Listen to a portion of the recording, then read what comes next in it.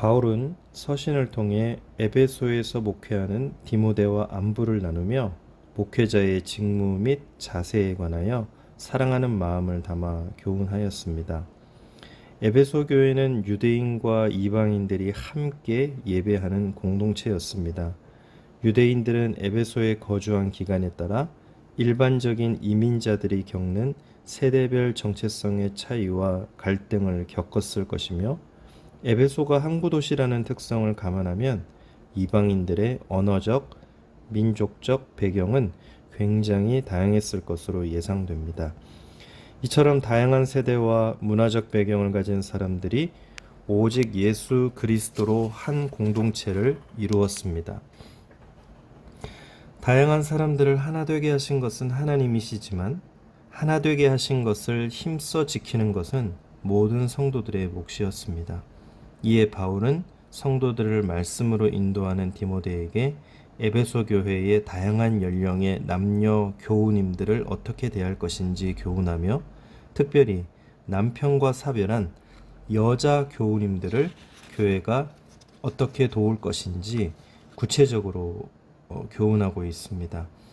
첫 번째로 늙은 어르신들을 대하는 방법입니다. 먼저 1절에서 늙은이란 원어적으로는 나이가 드신 남성분들을 가리키는 표현입니다. 이런 분들을 목회자로서 대할 때 본문은 꾸짖지 말고 권하라고 말합니다. 여기서 꾸짖는다는 것은 강한 태도로 심하게 나무라는 것을 말하고, 권한다는 것은 따뜻하게 권면하는 것을 말합니다. 즉, 나이가 드신 어르신들에게는 그 잘못에 대해 말할 때에도 심하게 나무라지 말고 따뜻하게 권면하는 방식으로 말해야 한다는 것입니다. 그리고 이어서 늙은 남성분들을 대할 때는 마치 아버지에게 대하듯이 해야 한다고 말하고, 또한 2절을 보시면 늙은 여성분들을 대할 때는 어머니에게 대하듯 해야 한다고 말합니다. 그렇다면 오늘 본문은 왜 이렇게 하라고 할까요? 그 까닭은 늙은 어르신들이 계시지 않았다면 오늘 젊은 세대가 이 땅에 존재할 수 없었기 때문입니다. 다시 말해서 어르신들은 젊은 세대가 이 땅에 태어나게 하는 하나님의 통로이셨기 때문입니다. 그러므로 나이 드신 어르신들을 존경하고 섬기는 것은 나에게 생명을 주신 하나님 앞에서 내가 마땅히 해야 하는 일입니다. 사랑하는 성도 여러분, 오늘 우리가 공동체에서 하나님께서 보내주신 귀한 어르신들을 하나님의 마음으로 사랑하고 섬기게 되기를 예수님의 이름으로 축복합니다. 두 번째로 본문은 젊은이들을 어떻게 대해야 하는지에 대해서도 말해줍니다. 1절 말씀을 보면 젊은이들에게는 형제에게 하듯 하고 라는 표현이 나옵니다. 여기서 우리는 예수님 안에 있을 때 우리 공동체의 관계는 마치 가족과 같은 관계로 변화됨을 발견합니다. 왜 그럴까요? 그 까닭은 예수님을 믿을 때 우리는 모두 하나님의 자녀로 다시 태어나기 때문입니다. 그러므로 예수님 안에서 우리는 서로에게 형제요, 자매가 되는 것입니다. 이것은 오늘 교회 공동체가 얼마나 놀라운 공동체인지를 말해줍니다. 예수님 안에서 세워진 공동체는 모든 인간적인 조건과 배경을 넘어서서 온전히 연합하고 하나가 되는 공동체라는 것입니다. 이어서 2절을 보면 그 가운데 특별히 젊은 여자에게 온전히 깨끗함으로 자매에게 하듯 대하라고 말합니다. 여기서 깨끗함이란 표현을 쓴 것은 디모데가 남성이었기 때문에 하는 말입니다. 즉, 공동체 안에서 이성을 대할 때는 자신을 위해 또한 공동체를 위해 거룩함과 정결함으로 대해야 한다는 것입니다. 이 모든 것을 종합해 보면 결국 주님의 몸된 교회의 공동체는 예수님 안에서 한 몸이 된 가족과 같은 공동체이며, 우리가 서로를 대할 때에는 마치 가족이 서로를 사랑하고 배려하며 섬겨주듯이 그렇게 대해야 한다는 것입니다. 사랑하는 성도 여러분, 우리가 속한 모든 공동체들이 오늘 말씀과 같이 서로를 사랑하고 섬기는 아름다운 공동체로 세워지기를 예수님의 이름으로 축복합니다. 이어지는 부분은 어려움에 처해 있었던 과부들에 대해 공동체에서 어떻게 돌봐야 할지에 대해 말해줍니다.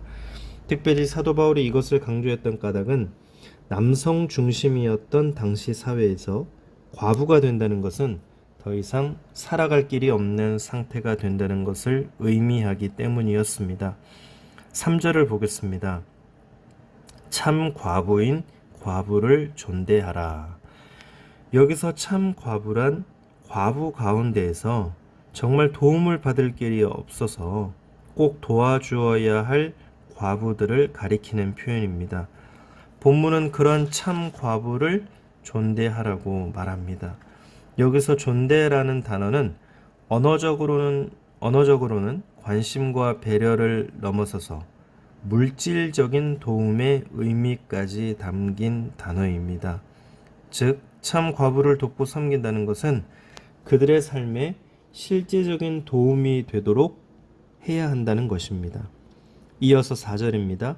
만일 어떤 과부에게 자녀나 손자들이 있거든 그들로 먼저 자기 집에서 효를 행하여 부모에게 보답하기를 배우게 하라. 이것이 하나님 앞에 받으실 만한 것이니라. 그런데 여기서 한 가지 주목할 부분이 있습니다. 과부를 섬길 때 그를 돌보아야 할 가장 첫 번째 사람들은 그 과부의 자손들이라는 것입니다. 과부에게 자녀나 손자들이 있다면 그들이 먼저 효를 행해야 한다는 것이죠. 그리고 이렇게 해야 할 두 가지 이유를 말합니다. 첫 번째는 자손들이 부모에게 보답해야 하기 때문이고, 두 번째는 이것이 하나님께서 받으실 만한 것이기 때문입니다. 여기서 한 가지 질문이 생깁니다. 그렇다면 어려움에 처한 과부를 자손들이 돌보는 것이 왜 하나님께서 기뻐 받으시는 일이 되는 것일까요?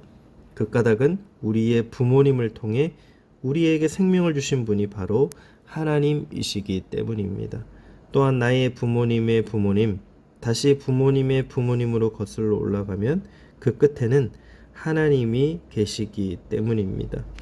즉 부모님에 대한 공경은 결국 우리의 참 아버지이신 하나님에 대한 공경으로 이어지는 것이기 때문입니다. 사랑하는 여러분, 오늘 우리가 부모님을 하나님의 마음으로 잘 돌보고 섬기게 되기를 예수님의 이름으로 축복합니다. 그때 우리의 그 섬김을 하나님께서 기뻐하시고 우리에게 하늘의 복을 내려주실 것입니다. 이제 계속해서 9절과 10절을 읽어보겠습니다. 과부로 명부에 올릴 자는 나이가 60이 덜 되지 아니하고 한 남편의 아내였던 자로서 선한 행실의 증거가 있어 혹은 자녀를 양육하며 혹은 나그네를 대접하며 혹은 성도들의 발을 씻으며 혹은 환난당한 자들을 구제하며 혹은 모든 선한 일을 행한 자라야 할 것이요. 여기서 사도 바울은 조금 더 구체적으로 교회에서 이렇게 도움을 받을 과부로 명부에 올릴 사람의 자격 조건에 대해 말해줍니다. 그 가운데 주목할 부분은 선한 행실의 증거가 있어야 한다는 것입니다. 구체적으로는 자녀를 양육하며 나그네를 대접하고 성도들의 발을 씻으며 환난당한 자들을 구제하고 모든 선한 일을 행한 사람이어야 한다는 것입니다. 여기서 우리는 놀라운 삶의 원리를 발견합니다. 이것은 내가 어려운 이웃을 돕고 섬기는 삶을 살아가는 것이 내 인생이 어려워졌을 때 나 또한 도움을 받게 되는 하나님의 방법이라는 것입니다. 사랑하는 성도 여러분, 오늘 우리도 주변에 어렵고 힘든 이웃들을 돌아보고 섬기게 되기를 예수님의 이름으로 축복합니다. 그렇게 할 때 하나님의 은혜와 축복이 우리 삶에 더욱 넘치게 될 것입니다. 기도하겠습니다. 사랑하는 하나님 아버지, 하나님께서 사랑하시는 주님의 몸된 공동체에서 우리가 축복의 통로가 되게 하옵소서. 나이 든 어르신들을 나의 부모님처럼 존경하며 젊은 청년들은 하나님 안에서 형제요 자매처럼 섬기게 하옵소서. 특별히 우리의 부모님을 하나님의 마음으로 돌보게 하시며 주변의 어려운 이웃들을 돕고 섬기는 예수님의 손길이 되게 하옵소서. 뿐만 아니라 그들의 영혼을 위해, 또 주변에 어렵고 힘든 이웃들의 영혼을 위해, 구원을 위해 우리가 교회가 성도들이 기도하고 또 그들에게 복음의 손길을 내밀며 함께 신앙생활을 할 수 있도록 하나님 그들의 마음을 열어 주옵소서. 이 모든 말씀 예수님의 이름으로 기도드립니다. 아멘.